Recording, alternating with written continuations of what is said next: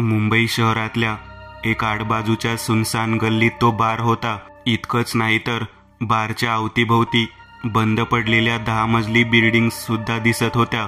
सर्व बिल्डिंग्सच्या भिंती पिवळ्या पडल्या होत्या, तर कुठे भिंतींना वाकड्या तिकड्या तड्या गेल्या होत्या. रूमच्या काचेच्या खिडक्या फोडल्या होत्या. काही ठिकाणी लहान लहान हिरवी रोप उगवून आलेली दिसत होती. अवतीभोवती मानवाचा अंश वावरत नसलेल्या ती जागा जराशी अभद्र, अपशकुनी, भीतीदायक वाटत होती. सकाळच्या उन्हात सुद्धा तिथे एक नकारात्मकतेचा अंश जाणवत होता. आणि या अशा अजाण ठिकाणी भले कोण बार उघडणार? दारुडे, ड्रग्स विक्रेते, चोर, दरोडेखोर. तसंही या अशा वाईट प्रवृत्तीच्या धंद्यासाठी ही जागा अगदी सोयीस्कर होती. पण या जागेत तसलं काहीच प्रकार घडत नव्हता, कारण 1098 चौरस मीटर अंतरावर पसरलेली ही जागा एका अज्ञात कारणाने बदनाम होती. मानव ज्या गोष्टीवर विश्वास ठेवतच नाही, मानवाने त्याचं अस्तित्व नाकारलं आहे, तेच ते कारण. भूत, पिशाच, अमानवीय शक्ती. होय, विश्वास बसणार नाही. परंतु मुंबई शहरातल्या ह्या जागेला हॉन्टेड रेड झोन म्हणून नाव देण्यात आलं होतं. तिथे पडीक असलेल्या बिल्डिंग्समध्ये राहणाऱ्या परिवारांना नाना तऱ्हेचे अनुभव आले होते. घरात एकटा असताना कोणीतरी आडून चोरून पाहत आहे. रात्री अपरात्री घरातल्या इलेक्ट्रॉनिक वस्तू आपोआप बंद चालू व्हायच्या. अंधारात काहीतरी उंच, लांब सडक, काळ्या देहाचं उभं असलेलं दिसायचं. मध्यरात्री टॉयलेटला जाताना कोणीतरी पिच्छा करते असं भास व्हायचा. कधी लहान मुलाचा हसण्याचा तर कधी रडण्याचा आवाज यायचा. मध्येच दरवाजावर थाप पडायची, पण दरवाजा उघडून पाहिल्यावर मात्र समोर कोणीही नसायचं. या अशा विचित्र अलौकिक शक्तीच्या खुणांना ओळखून हुशार माणसांनी वेळीच तिथून पळ काढला होता. तर काही विज्ञानवादी दृष्टिकोन असलेल्या मानवांनी तिथेच राहून आपला मोलाचा जीव गमावला होता. जीव गमावल्यांची आत्मा सुद्धा मोक्षाची आतुरतेने वाट पाहत तिथेच अडकून पडली होती. जर कोणी मानवी अंश तिथून गेलाच तर त्याला ते प्रेताड, एकटक, शून्य नजरेने आपल्याकडेच पाहणारं ध्यान दिसल्या वाचून राहत नव्हतं. असो, कथेकडे वळूयात. अंडरग्राऊंड बारच्या 4 पायऱ्यांसमोर खाली एक सिमेंटचा रस्ता होता. त्यावर एक 3.5 फूट उंचीची आकृती उभी होती. अंगात एक सफेद सदरा, त्यावर काळा कोट, खाली काळी मॅचिंग पॅन्ट, पायात चकचकीत बूट, गोल चेहरा, डोक्यावरचे केस पिकलेले, तोंडावर महाराष्ट्रीयन स्टाईल पिकलेली मिशी होती. आणि हा गबलू होता. गबलूच्या मागेच मेनका उभी होती, परंतु तिने सुद्धा आपला वेश बदलला होता. एका बॉडीगार्ड सारखे कपडे तिने घातले होते. काळ्या रंगाची टी शर्ट, काळी पॅन्ट, काळे बूट, डोळ्यांवर काळा चष्मा, डोक्यावरचे वाढलेले केस मेकअप स्टाईलने मुलांसारखे बनवले होते. आणि उजव्या कानात एक काळ्या रंगाची ब्लूटूथ होती. हॅलो समर्थ, ती हलकेच म्हणाली. होय, मी इथेच आहे. तुम्ही पुढे व्हा. जर काही आपत्कालीन समस्या उद्भवलीच तर मी लागलीच मदतीला धावून येईल. ब्लूटूथमधून समर्थांचा आवाज आला. ठीक आहे समर्थ, मेनका म्हटली. चला सर, मेनका गबलूला म्हणाली. तसा 3 फूट उंचीचा गबलू मोठ्या ऐटीत बारच्या पायऱ्या चढू लागला. 4थी पायरी चढून झाल्यावर गबलू बारच्या दरवाजापाशी पोहोचला व आत पाय टाकणारच तसा त्याच वेळेस तिथे एक 6.5 फूट उंचीचा सफेद त्वचा असलेला हाडकुळा माणूस अचानक मध्ये आला. तसा गबलू जरा घाबरलाच.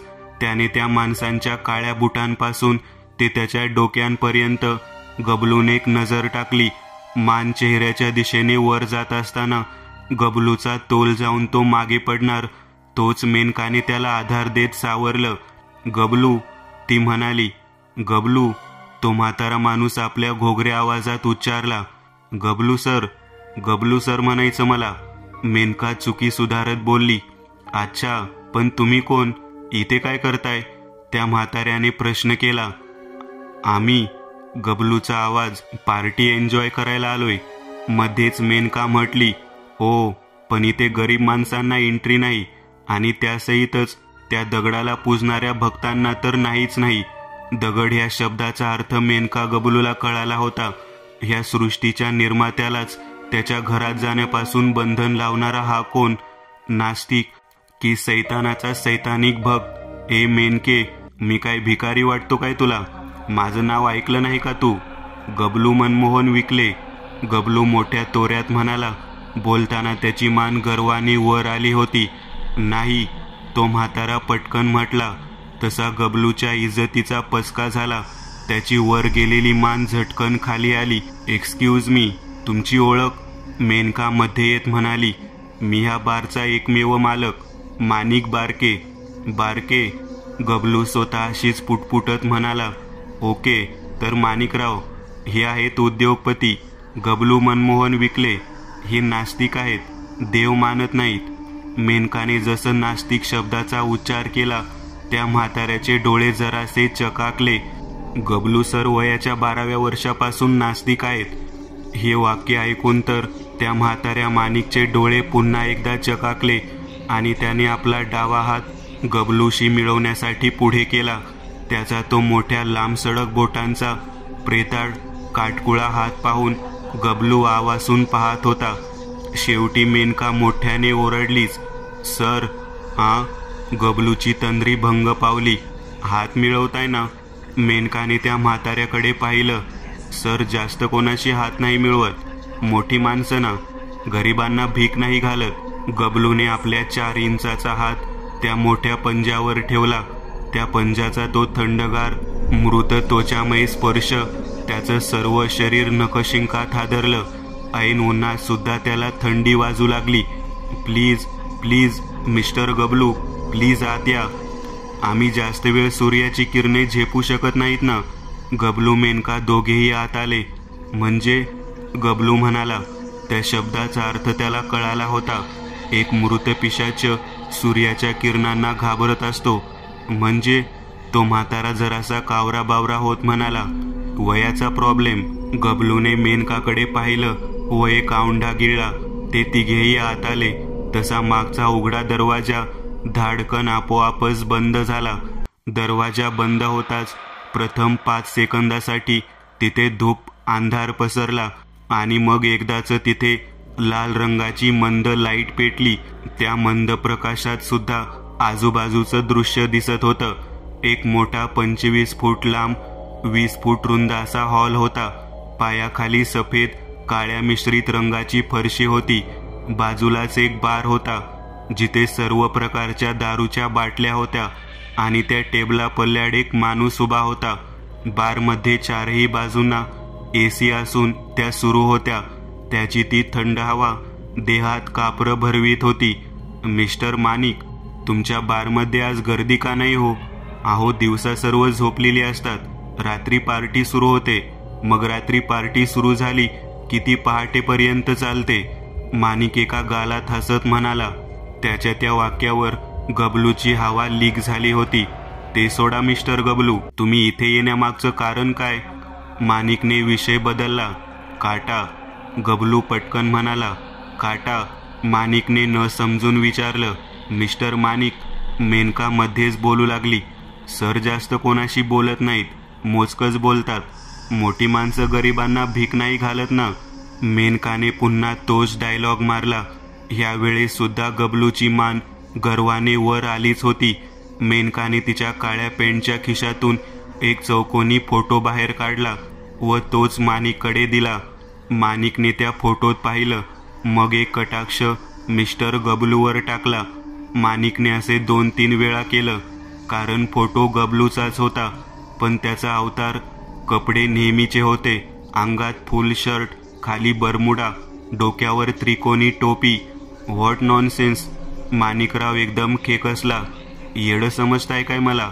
हे तर मिस्टर गबलूच आहेत ना. हां. मेनका जराशी औपचारिक हसली.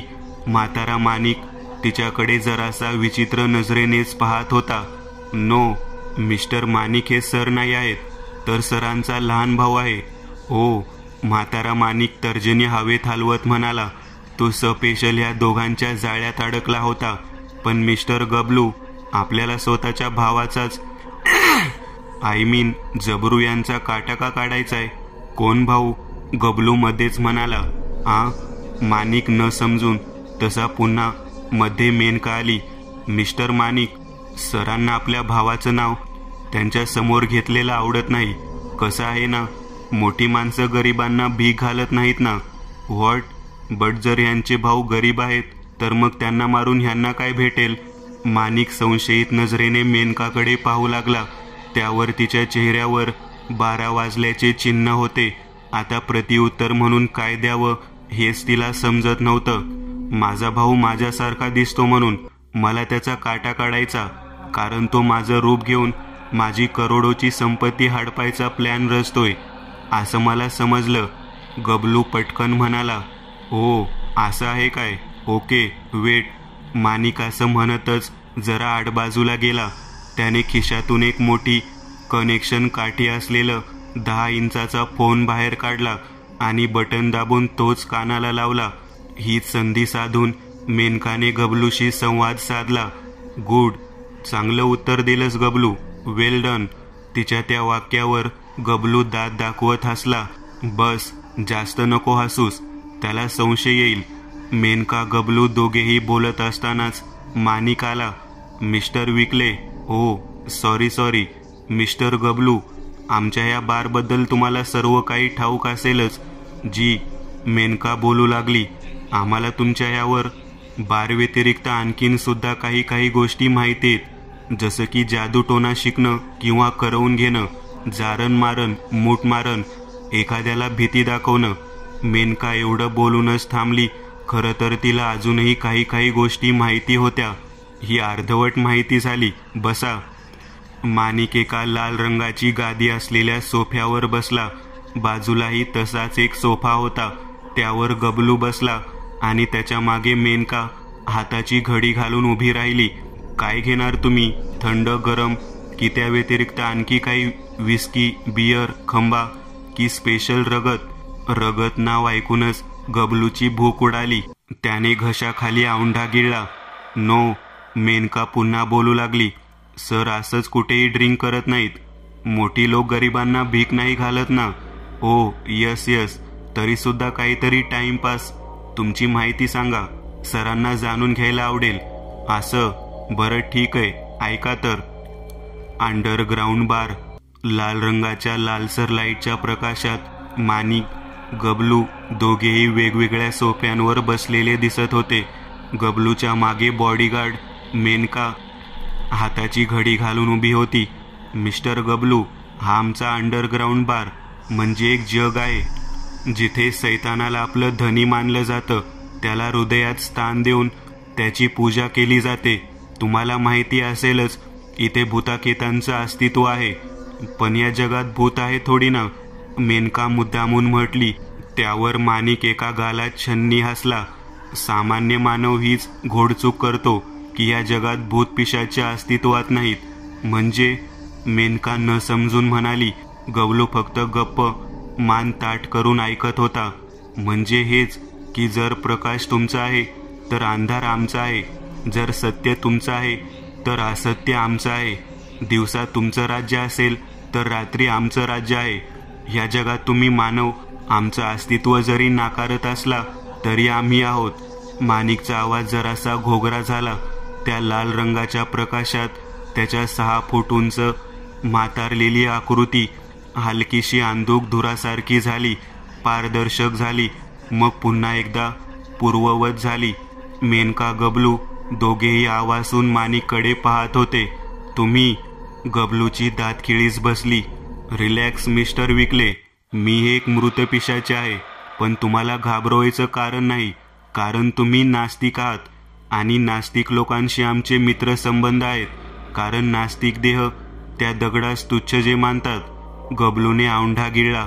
माणिकचे विचार भयान होते. या अंडरग्राऊंड बारमध्ये सैतानी धर्म स्वीकारण्यासाठी दूरदूरून लोक येतात.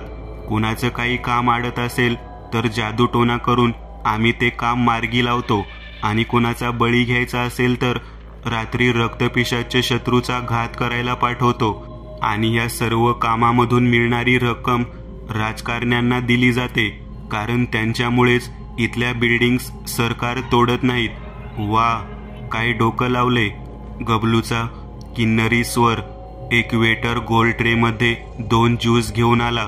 ते ज्यूस त्याने सोफ्यापुढे असलेल्या काचेच्या टीपॉयवर ठेवले व तो वेटर आल्या पावले निघाला. घ्या मिस्टर गबलू, ऑनलाईन ज्यूस आहे, माणिक म्हणाला. तेवढ्यात त्याचा तो लांब नळीवाला 10 इंचाचा फोन सुद्धा वाजला.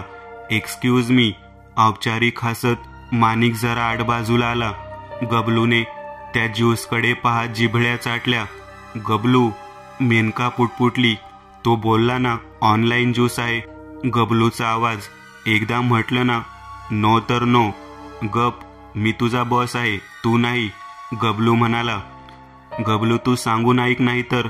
मेनका पुढे बोलणार तोच माणिक चालत त्यांच्या जवळ आला. गबलूने ज्यूस हातात घेऊन त्याचा एक झुरका घेतला. मिस्टर गबलू, तुमच्या ऑर्डरला पूर्ण करण्यासाठी एक रक्तपिशाच्य येत आहे, माणिक उद्गारला. तेवढ्यात पुन्हा त्याचा तो फोन वाजला. 1 सेकंड. माणिक आडबाजूला आला. बॉस, फोनमधला घोगरा आवाज. यस, बोल.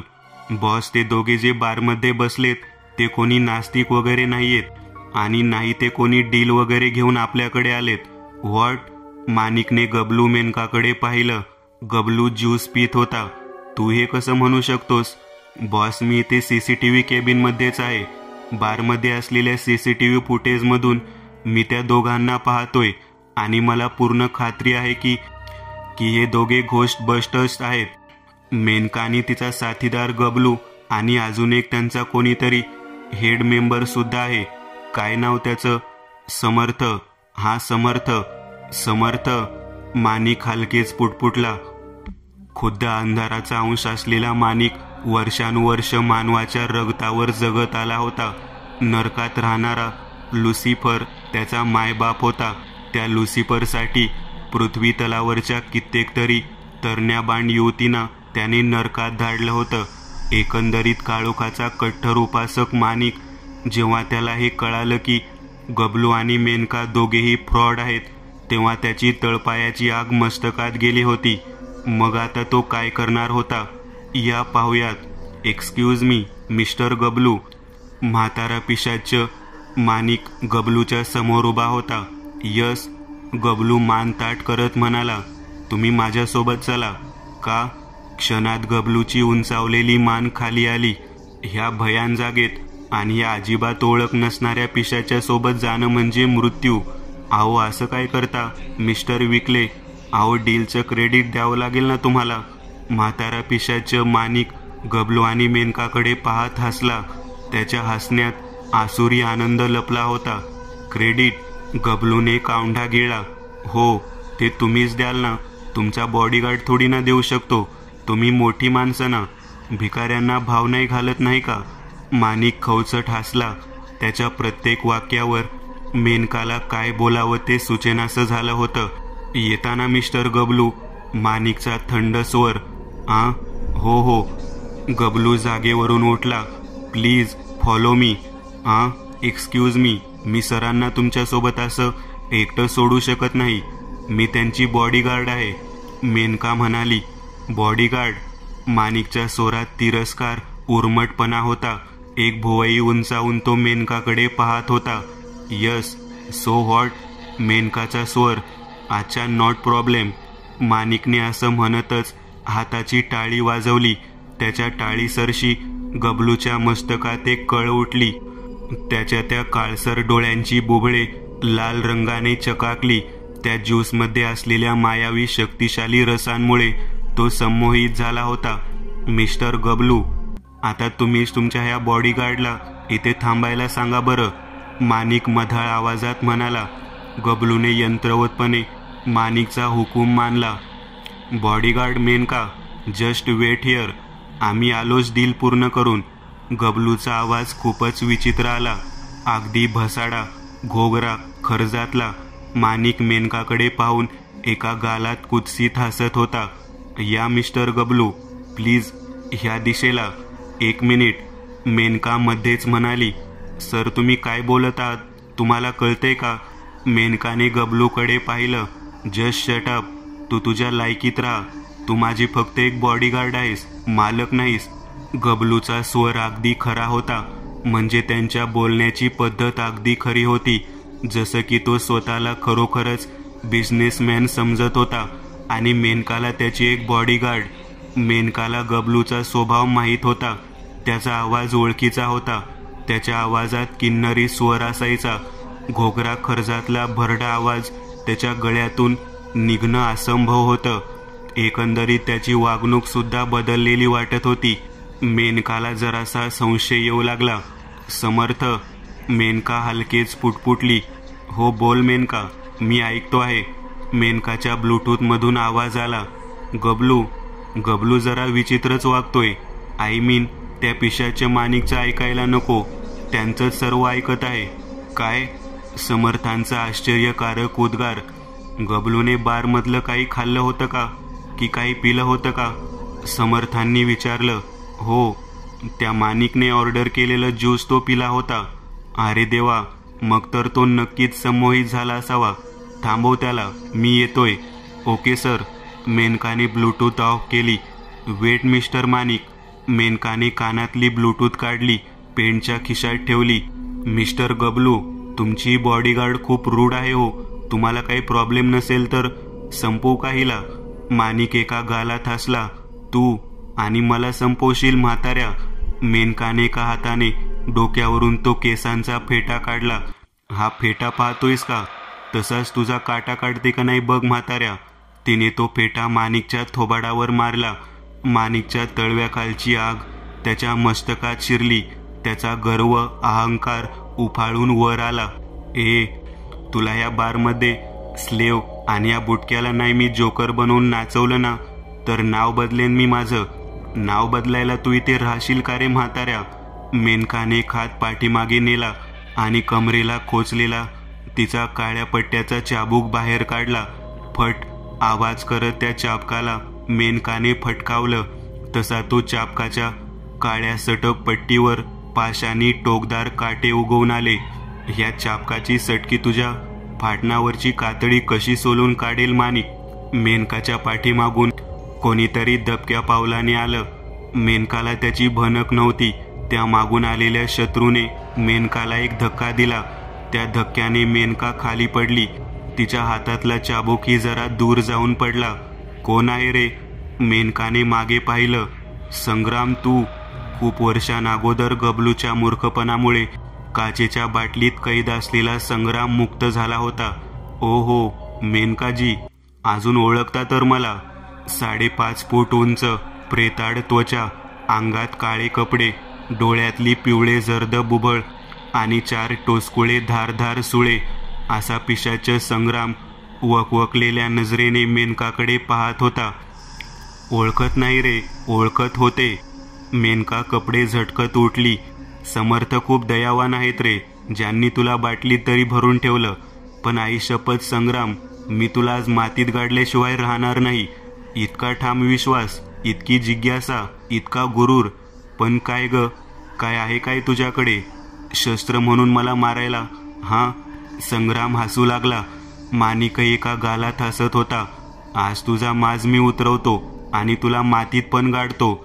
संग्रामने त्याच्या पायाखाली असलेला तिचा चाबूक हातात घेतला. त्या चाबकाला पकडताच त्याचा हात भाजला. चटका बसल्यासारखा करत त्याने तो चाबूक हातातून खाली सोडला. संग्राम, तुझ्यासारख्या पिशाच्याला ही दैवी शस्त्रे कधीच स्वीकारणार नाहीत रे. Fuck off. संग्राम ओरडला. तू आणि तुझा तो तुच्छ देव नेहमीच आमच्या पायाखाली राहणार आहात, समजलं? माझा अंधार नेहमीच तुमच्या प्रकाशाला मिटवायला तयार आहे. तुझ्या त्या दगडापेक्षा माझ्या लुसिफरने मला कैक शक्त्या प्रदान केल्या आहेत, ज्या वापरूनही मी तुझा अंत करू शकतो. मला तुझ्या या साधारणशा चाबकाची बिलकुल गरज नाही. संग्रामने जबडा वासला. तुला मारणार नाही आहे मी, कारण मला तुला माझ्या अंधारात सामील करायचं आहे. या अंधाराला स्वीकार मेनका, मला स्वीकार मेनका. माझ्या लुसिफरला स्वीकार. माझ्या लुसिफरची कायमचं सेक्स स्लेव हो. तुझ्या देहाचा भोग द्या त्याला. संग्रामच्या एकनी एक शब्दासरशी बारमधली लाल रंगाची लाईट चकाकत होती. त्याचा खर्जातला स्वर बारमध्ये गुंजत होता आणि त्या शब्दासरशी बारमधल्या एसीत सुद्धा उष्ण हवा उत्पन्न होत होती. तिथलं थंड वातावरण गरम होत चाललं होतं. काहीतरी विलक्षण बदलाव घडत होता. संग्रामचे विषारी सुळ्यासारखे दात बाहेर आले होते आणि तेच दात घेऊन तो मेनकाच्या दिशेने येत होता. त्याची प्रेताळ त्वचा अगदी दुधासारखी पांढरट झाली होती. बाजूच्याच एका भिंतीला वाकड्या तिकड्या चिरा पडल्या आणि त्या चिरांमधून सफेद वाफ बाहेर येऊ लागली. मग ती वाफ बाहेर यायची बंद झाली. त्यातून आता लाल तेज रक्त बाहेर येऊ लागलं. पूर्ण हॉलमध्ये रडण्याचे, हसण्याचे, किंचाळण्याचे कित्येक तरी अभद्र आवाज ऐकू येत होते. आवाज नाही तर गोंगाट, ओरडणं, किंचाळणं असं म्हणणं केव्हाही चांगलं म्हणेल मी, कारण त्या आवाजाची तीव्रता इतकी होती की हजारो लाखो साऊंड एकाच वेळेस वाजावे तसा तो आवाज होता. जणू लाखो करोडो लोक एकदाच वेदनेने तळमळत रडत हुंकारत होते, तर एकाच वेळेस हसत खिदळत होते, ओरडत होते, आक्रोश करत होते. मेनकाने त्या आवाजांची तीव्रता सहन न झाल्याने दोन्ही कानांवर हात ठेवले. माणिक, संग्राम दोघेही जबडा विचकत हसत त्या दोघांकडे पाहत होते. मेनका, ऐक हा आवाज, बघ ती लोक किती खुश आहेत, बघ त्यांचं ते ओरडणं किती छान वाटतंय. बघ मेनका, बघ नरक उघडतोय, नरकाचं दर्शन कर मेनका, बघ तिकडे. मेनकाला तो आवाज असहनीय झाला होता. डोळे बंद करून ती खाली बसली होती. भिंतीला पडलेल्या त्या वाकड्या तिकड्या चिरा आणि त्यातून येणारं ते लालसर रक्त पूर्ण हॉलमध्ये चिखलासारखं पसरलं होतं. त्या भिंतीला पडलेल्या चिरेतून एक मांस होरपळून जळालेला लालसर रंगाचा पंजा भिंत फोडून बाहेर आला. या हो माझे मायबाप, भोग स्वीकार करा. एक मोठा आवाज झाला. बारचा दरवाजा हवेत चिरफाळ्या उडवत तुटला. उघड्या दरवाजातून समर्थ आत आले. त्यांना माणिक, त्याच्या बाजूला उभा संमोहित झालेला गबलू, संग्राम आणि त्याच्या 5 पावलांपुढे खाली जमिनीवर दोन्ही हात कानावर ठेवून बसलेली मेनका दिसली आणि शेवटला त्यांची नजर त्या भिंतीवर गेली. नरकद्वार. समर्थांना कळून चुकलं होतं. या दोन्ही पिशाच्यांनी नरकाचं द्वार उघडून एका अलौकिक शक्तीच्या ध्यानाला पृथ्वीवर फुकटचं आमंत्रण दिलं होतं. ए माणिक, थांबव ह्या भट्याला, नाहीतर सगळा खेळ वाया जाईल. म्हाताऱ्या माणिकने आपला जबडा वासला. त्याच्या जबड्यातून टोचकुले सुईसारखे दात बाहेर आले. त्याच्या डोळ्यांचा रंग जरासा भगवा जर्द झाला. दोन्ही हात पुढे करत तो समर्थांच्या अंगावर धावला. त्याच्या तोंडून चित्कार बाहेर पडला. 5.5 फूट उंचीचा काटकुळ्या देहाचा तो हैवान समर्थांचा लचका तोडायला तयार होता. समर्थांनी पटकन डोळे बंद केले. दोन्ही हातांचे पंजे वर हवेत धरले. उजळव. समर्थ इतकेच म्हणाले. त्यांच्या त्या 4 शब्दात काय ऊर्जा होती. समर्थांच्या हातातले दोन्ही रुद्राक्ष कडे मुठीतून आपोआप बाहेर येऊन हवेत झेपावले आणि हवेतच गोल गोल भिंगू लागले.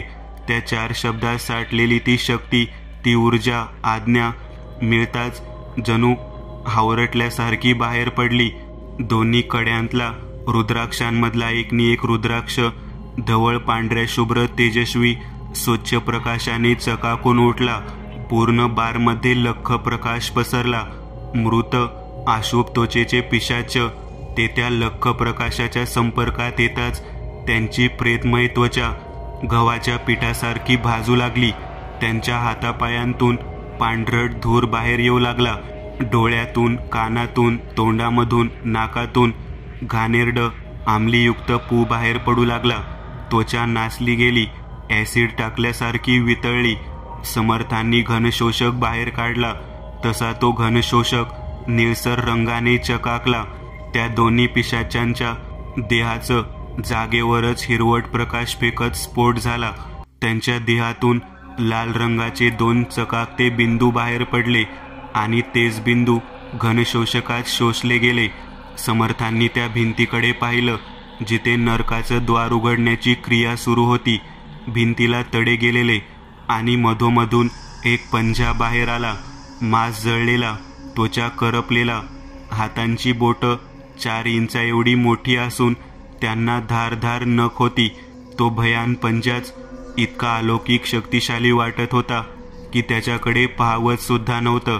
मग आत लपलेल्या त्या अमानवी ध्यानाचा आकार उकार कसा असेल, त्याच्या शक्तीची उच्चांकता किती असेल? कोण आहेस तू? ऐनवेळी समर्थांचा आवाज अगदी लाघवी थंड असायचा, पण हा आवाज अगदी मोठा चढल्यासारखा होता. त्यात संताप, क्रोध, हक्क यांचं मिश्रण होतं.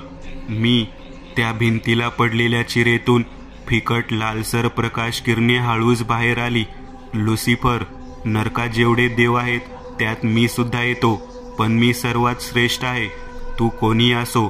समर्थांनी हाताचा पंजा त्या भिंतीच्या दिशेने केला. हाताची तर्जनी दाखवत ते मोठ्याने बोलू लागले, तू कोण आहेस, किती श्रेष्ठ आहेस आणि किती शक्तिशाली आहेस, या सर्वांशी मला काहीही घेणं देणं नाही. समर्थांच्या शरीरातून भगव्या रंगाची वाफ हळूवार मंद गतीने बाहेर पडत होती. त्यासोबत त्यांचं सर्व शरीर भगव्या प्रकाशाने चमकून उठलं होतं. ह्या पृथ्वीवर राहण्याचं तुला कदापि हक्क नाही लुसिफर. ही फक्त मानवी अंशाची आणि मानवी जीवांची वस्ती आहे. इथे मृत, अमानवी, अलौकिक, अभद्र शक्तींना थारा नाही. तुमच्यासाठी नरक, पाताळ, अन्य लोक अस्तित्वात आहेत. तिथे जा. ह्या पृथ्वीच्या दिशेने जर नजर वर करून जरी पाहिलं तर गाठ माझ्याशी आहे. समर्थांच्या हातापायांना कंप सुटला होता. श्वास वेगाने बाहेर येत होता. तू थांबवणार मला लुसिफर? मी दैवी शक्तीचा अंश. समर्थ इंग्रजीत बोलत होते. पुढील सर्व संभाषण इंग्रजीत आहे, परंतु इथे मराठीतच सांगण्यात येणार आहे. मी दैवी शक्तीचा अंश, ह्या सृष्टी निर्मात्याचा हस्तक. त्याचं कार्य घेऊन त्याच्या करवी तुला हे आदेश देतो की आताच्या आता नरकात परत जा. महादेव प्रकांड त्रिकाळ रौद्र अवताराची शपथ घेतोय मी. माझ्या शब्दाला जर तू किंमत देत नशील तर मला माझ्या देवाचा धावा करावा लागेल. निघ इथून हरामखोर. जा तुझ्या नरकात जाऊन बस. समर्थांच्या मुखातून निघणारा एकनी एक शब्द त्या सैतानाच्या कानात गरम शिशे होतावे तसा कानात घुमला होता. समर्थांच्या प्रत्येक वाक्यावर त्याची आस्फुट किंकाळी, ओरडणं, अपशब्द उच्चारण सुरू होतं. त्याचा ह्या पृथ्वी तळावरून जाण्याचा मुळीच विचार नव्हता. त्रिकाळ, द गॉड ऑफ हिंदूज. समर्थांनी आपला एक हात मेनकाच्या खाली जमिनीवर पडलेल्या चाबकाच्या दिशेने केला. तसा तो चाबूक वेगाने समर्थांच्या हातात आला. नाही जाणार मी इथून. मला ही पृथ्वी आवडते. इथली हवा, पाणी, मनुष्यवस्ती आवडते. खोटारडा आहेस तू. तुला इथे फक्त मानवाचा घास घ्यायचा आहे. त्यांच्या या सुखी जीवनावर दुःखाचं मळं पसरवायचं आहे. चालता हो माझ्या राज्यातून. निघ हरामखोर. समर्थांनी मेनकाच्या चाबकाचा फटका त्या भिंतीवर मारला. चाबकाच्या फटक्याचा स्पर्श जसा भिंतीला झाला, हिरव्या रंगाच्या ठिणग्या उडाल्या. करपट घाणेरडा वास आणि एक विस्फुट वेदनादायी किंकाळी बाहेर पडली. अखंड पंचमहाभूत शक्ती भव, मी तुला आदेश देतो. नरकराज लुसिफर, आता ह्या क्षणाला हा स्वर्ग सोडून तुझ्या नरकात जा, अन्यथा तुझा अपमान होईल माझ्याकडून. समर्थांच्या शब्दांसरशी त्या चाबकाला फिकट निळसर विद्युत ऊर्जेने भरून टाकलं होतं. चाबकाच्या फटक्यावर पाशानी काटे उगवून आले होते. नो. त्या भिंतीतून खर्जातला विरोधी आवाज आला. तो सैतान जायचं नाव घेत नव्हता. शेवटी समर्थांनी चाबकाच्या सटकीचा वार केला. ती फिकट निळसर रंगाची सटकी त्या मांस होरपळून गेलेल्या हातावर बसली. फट आवाज होत हिरव्या रंगाच्या ठिणग्या उडाल्या. पाशानी काट्यांनी त्या हातांच्या मांसात घुसून ते ओरबडून काढलं. एक भयान कांठाळ्या बसवणारी विवळ त्या भिंतीतून बाहेर पडली. तो हाताचा पंजा भिंती आत खेचला गेला. बघून घेईल तुला, बघून घेईल. तबडक तबडक घोड्यांच्या पावलांचा आवाज, लांब लांब जाता याचा आवाज त्या भिंतीतून येत होता. संकट टळलं होतं. समर्थांनी एक मोठा श्वास घेत तोच वेगाने बाहेर सोडला. चाबकात असलेली शक्ती पुन्हा सुप्त अवस्थेत गेली होती. समर्थांनी दोन्ही हात हवेत धरले. रुद्राक्षांचा प्रकाश कमी झाला. ते रुद्राक्ष कडे हवेतून खाली आले. समर्थांच्या हातात गेले. गबलू मेनका दोघेही अद्याप बेशुद्ध अवस्थेतच होते. शेवटी समर्थांनी त्या दोघांकडे पाहत हळूच मान हलवली. समर्थांचा विजय झाला होता.